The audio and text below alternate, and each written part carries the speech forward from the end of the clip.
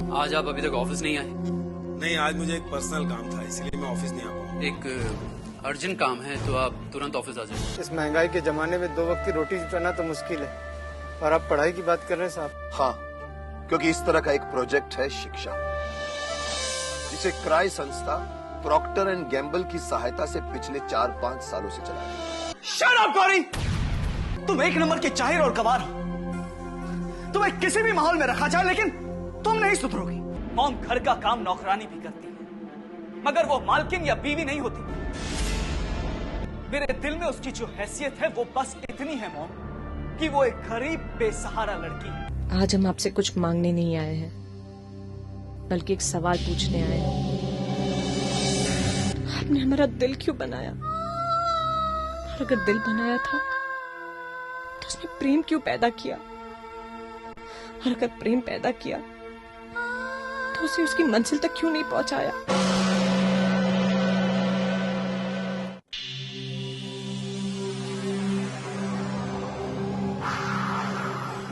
शुभम, आइए मिस्टर राजीव, बैठिए। क्या बात है? राजीव, हमें ये पता चला है कि मेहरा ग्रुप की तरफ से हमें कुछ ऑर्डर्स मिले थे। हाँ, मिले तो थे। क्यों, क्या हुआ? राजीव, तो आपने वो ऑर्डर इसलिए कैंसिल कर दिया क्योंकि हमारे पास माल नहीं था? नहीं, एक्चुअली उनका ऑर्डर कैंसिल करना मेरी मजबूरी थी। लेकिन ऐसी क्या मजबूरी थी राजीव? उस दिन तो हमारे पास स्टॉक में काफी माल मौजूद था कि हम उस कंपनी का ऑर्डर बड़ी आसानी से पूरा कर सकते थे। नहीं शुभम, उस दिन हमारे प्लांट में कुछ खराबी आ गई थी, जिसकी वजह से हमारा माल फैक्ट्री से गोडाउन तक नहीं पहुंच पाया। तो मेहरा साहब का ऑर्डर पूरा करने लायक हमारे पास माल था ही नहीं। इसीलिए हमने मेहरा साहब का ऑर्डर कैंसिल करके मल्होत्रा साहब को ऑर्डर डिस्पैच किया। राजीव, क्या मैं इसकी वजह जान सकता हूँ कि आपने मेहरा ग्रुप का ऑर्डर कैंसिल करके मल्होत्रा ग्रुप को माल क्यों पहुंचाया? शुभम, इसकी तो सिर्फ एक ही वजह है कि हमारे पास मल्होत्रा ग्रुप का ऑर्डर पहले आया था और मेहरा ग्रुप का ऑर्डर बाद में। तो एज ए गुड बिजनेसमैन हमें मल्होत्रा ग्रुप का ऑर्डर पहले पूरा करना था। इसके अलावा तो और कोई वजह नहीं। और हाँ, वो मेहरा साहब का ऑर्डर भी मैंने कैंसिल नहीं किया था। दरअसल मैंने उनसे फोन पे बात कर वो ऑर्डर होल्ड करने के लिए कहा था, लेकिन मेहरा साहब ने खुद ही अपनी तरफ से वो ऑर्डर कैंसिल कर दिया। मिस्टर राजीव, आप तो जानते हैं कि आजकल कंपटीशन कितना ज्यादा है। कस्टमर एक ही बहाने से टूट जाता है, लेकिन कस्टमर बनाने में काफी वक्त लग जाता है। ये बात मैं अच्छी तरह से जानता हूँ शुभम, और इसीलिए मैंने मल्होत्रा ग्रुप का ऑर्डर पूरा किया, क्योंकि वो हमारे रेगुलर कस्टमर हैं। अगर आप बुरा ना माने तो एक बात कहूँ राजीव बाबू, अगर उस रोज हम मेहरा ग्रुप को माल पहुंचा देते तो वो भी हमारे रेगुलर कस्टमर बन जाते। चक्कर चला के। नारायण बाबू, मैं इस कंपनी में बरसों से काम कर रहा हूँ और मैं ये अच्छी तरह से जानता हूँ कि मुझे इस कंपनी में कस्टमर के साथ डीलिंग करने का काम सौंपा गया है, और किस कस्टमर के साथ क्या डीलिंग करनी चाहिए ये मैं अच्छी तरह से जानता हूँ। राजीव, आपको इस कंपनी में डील करने के लिए रखा गया है, ना कि डिसीजन लेने के लिए। और मैं आपको एक बात बता दूं कि आपके इस डिसीजन से कंपनी को लॉस हुआ है। अगर यही माल आपने मल्होत्रा ग्रुप की जगह मेहरा ग्रुप को दिया होता तो कंपनी को काफी फायदा होता। देखो शुभम, मैं मानता हूँ कि अगर ये माल मैं मल्होत्रा ग्रुप की जगह मेहरा ग्रुप को सप्लाई करता तो कंपनी को ज्यादा फायदा होता, लेकिन मल्होत्रा ग्रुप को माल सप्लाई करके कंपनी की रेपुटेशन को फायदा पहुंचा। ठीक है राजीव बाबू, बहुत नहीं तो थोड़ा तो फायदा उसका भी हुआ होगा जिसने डीलिंग कराई होगी। नारायण बाबू, आप मुझ पर शक कर रहे हैं। आप पे शक इसलिए हो रहा है मिस्टर राजीव क्योंकि आपने गलती की है। देखो शुभम, अगर तुम्हें ऐसा लगता है कि इस डीलिंग में मैंने गलती की है तो तुम विक्रम साहब से बात कर सकते हो, लेकिन एक बात तुम मेरी अच्छी तरह से समझ लो कि मेरा जमीन इतना कमजोर नहीं है कि चंद रुपयों के लिए बिक जाए। और शायद तुम ये नहीं जानते कि एक बार यही कोशिश देवराज चौधरी ने भी की थी और मेरी ईमानदारी के सामने उसे भी हार माननी पड़ी थी।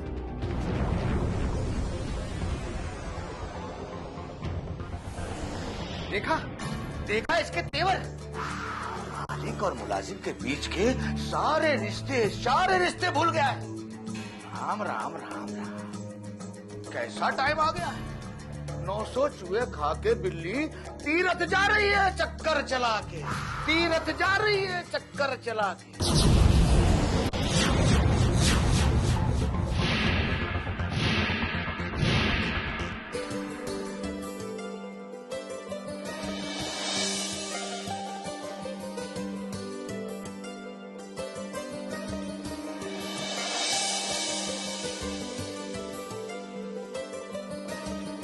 ड्राइवर गाड़ी रखो। अरे सुनो,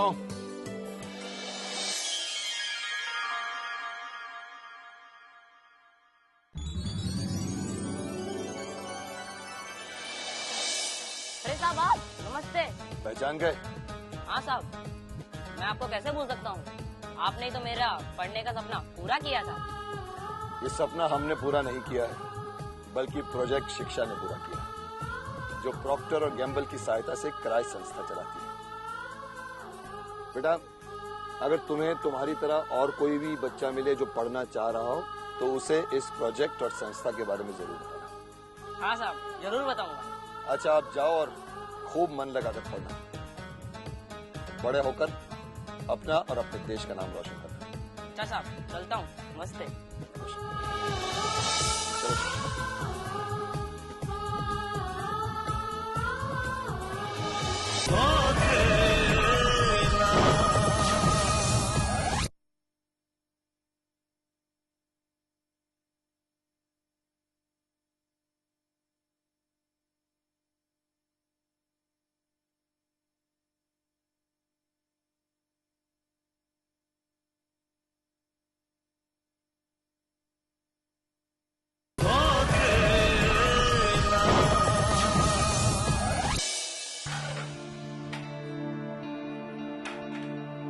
सारी गलती तेरी है।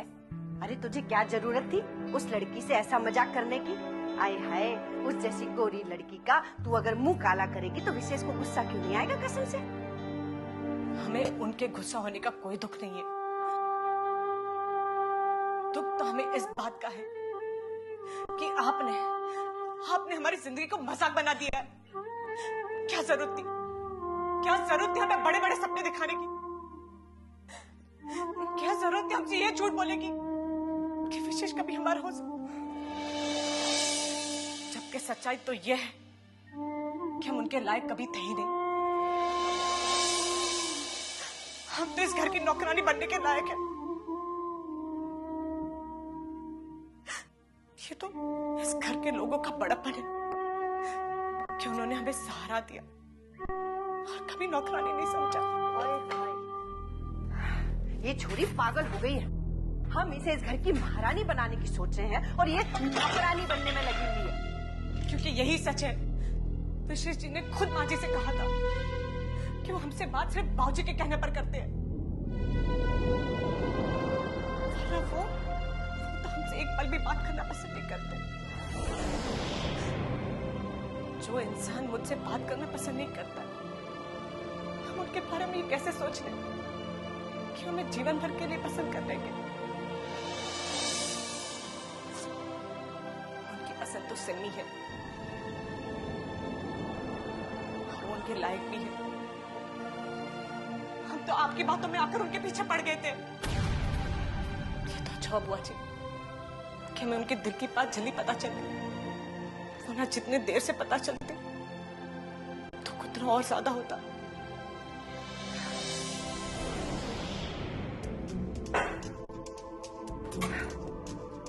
ये छोकरी ऐसे ही करती रही ना तो कल्याणी तेरे राज रानी बनने के सपने का क्या होगा कसम से। तुझे ही कुछ करना पड़ेगा।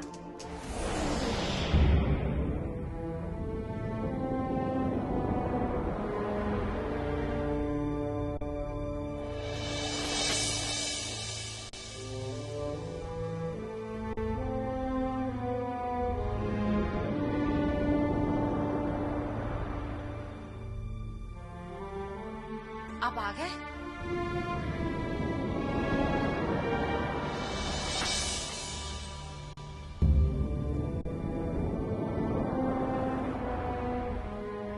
हुआ? कुछ नहीं। तो आप इस तरह खामोश क्यों हैं? तो क्या चीख चिल्लाओ? मैंने ऐसा तो नहीं कहा। देखो सुमन, आज मेरा मूड ठीक नहीं है, इसलिए प्लीज लीव मी अलोन। क्या मेरे अकेले छोड़ देने से आपकी परेशानी दूर हो जाएगी? देखिए, मैं आपकी परेशानी खत्म तो नहीं कर सकती, लेकिन आपकी परेशानी बांट तो सकती हूँ। इसलिए बताइए, हुआ क्या है? क्या बताऊं तुम्हें सुमन, मैं इतने साल से विक्रम साहब के ऑफिस में काम कर रहा हूं, लेकिन आज तक किसी ने मेरे काम को लेकर कोई शक नहीं किया। और आज मेरे काम पर शक किया गया। शक? किसने शक किया आप पर? सुमन, अगर कोई और शक करता तो मुझे इतना हर्ट नहीं होता। उस पर शुभम ने शक किया। शुभम ने? हाँ सुमन, उसे लगता है कि मैं जो भी कंपनी में डील्स करता हूँ वो कंपनी के फायदे के लिए नहीं, अपने फायदे के लिए करता हूँ। ये तो गलत बात है, और आपको ये बात विक्रम साहब को बतानी चाहिए। नहीं सुमन, ये बात कोई विक्रम साहब को बतानी नहीं। सुमन, विक्रम साहब का बेटा होने के नाते उसे कंपनी में होने वाली हर डील के बारे में पूछने का पूरा हक है। हाँ, पूछताछ तो कर सकता है, लेकिन किसी की बेइज्जती करने का उसे कोई हक नहीं है। नहीं सुमन, उसने मेरी बेइज्जती नहीं की, लेकिन उस पर शक किया, और यही मेरे लिए शर्म और अफसोस की बात है।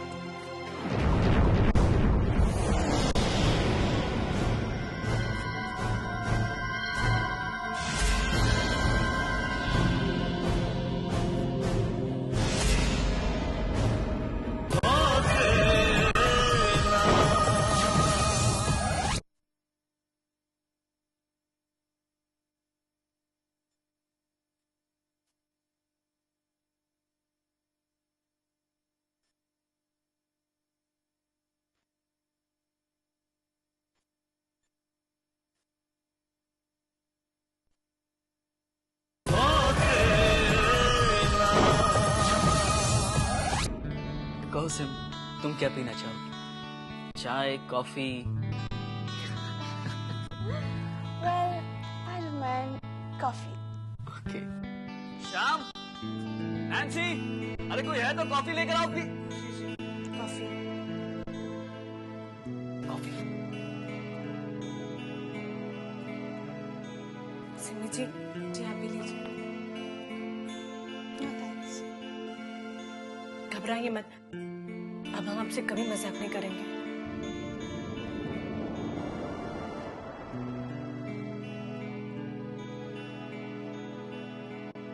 क्योंकि हम समझ गए हैं कि आप दोनों एक दूसरे से बहुत प्यार करते हैं,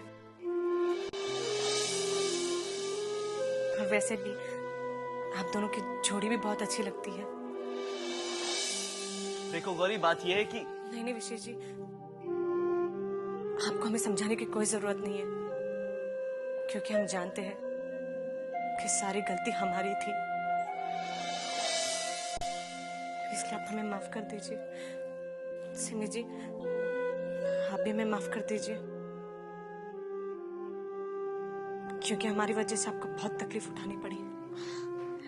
देखो गौरी, अगर तुम्हें दिल से लगता है कि तुमने गलती की है तो मैंने तुम्हें माफ कर दी।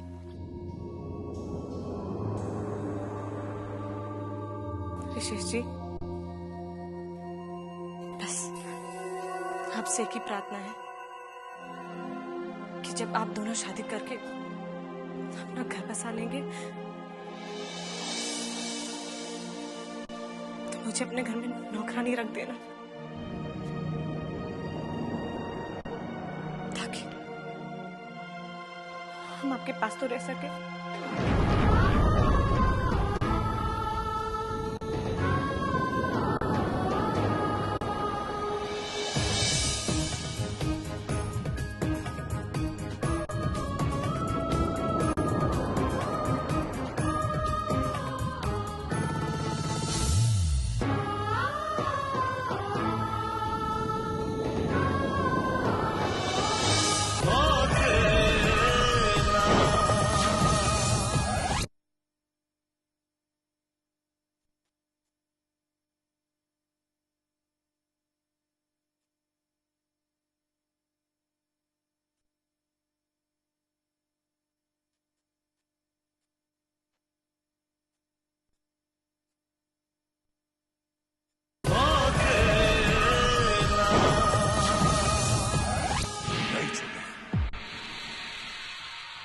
उसे हर तरह से समझा कर देख लिया है, लेकिन वो हमारी हर बात को गलत समझता है, हर बात को। भाई गलत तो हम हैं ही और हमारे इरादे भी नेक नहीं है, लेकिन अगर हम हमारे इस काम में कामयाब नहीं हुए तो आकाश भी हमें गलत समझेगा और उसे ये लगेगा कि हमने सिर्फ उसे बहलाने के लिए ये कहा है। यही तो बात है छोटे, हमारी समझ में नहीं आ रहा है कि हम कौन सा रास्ता अपनाएं जिससे वो विक्रम आर्या मान जाए। एक रास्ता है भाई, आपको विक्रम आर्या के घर जाकर उससे मिलना चाहिए। उसके घर जाकर मिलना चाहिए?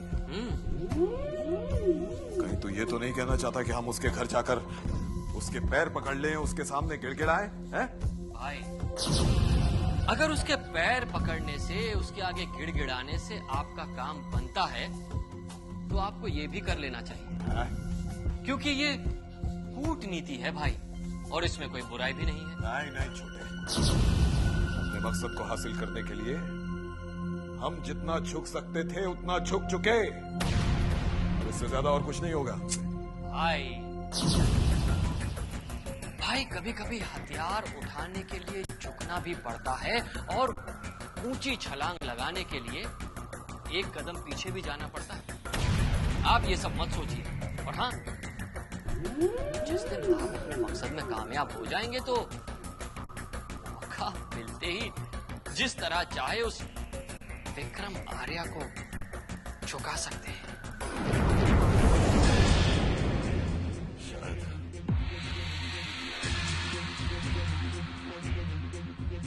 शायद तू ठीक कह रहा है छोटे। अपने मकसद को हासिल करने के लिए हमें विक्रम आर्या के सामने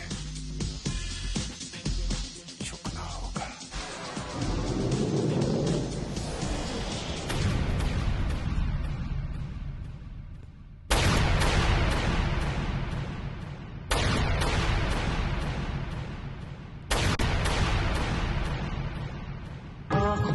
ख्वाबों की बारात लेके, होठों पे गीतों की सौगात लेके, दिल में मोहब्बत के जज्बात ले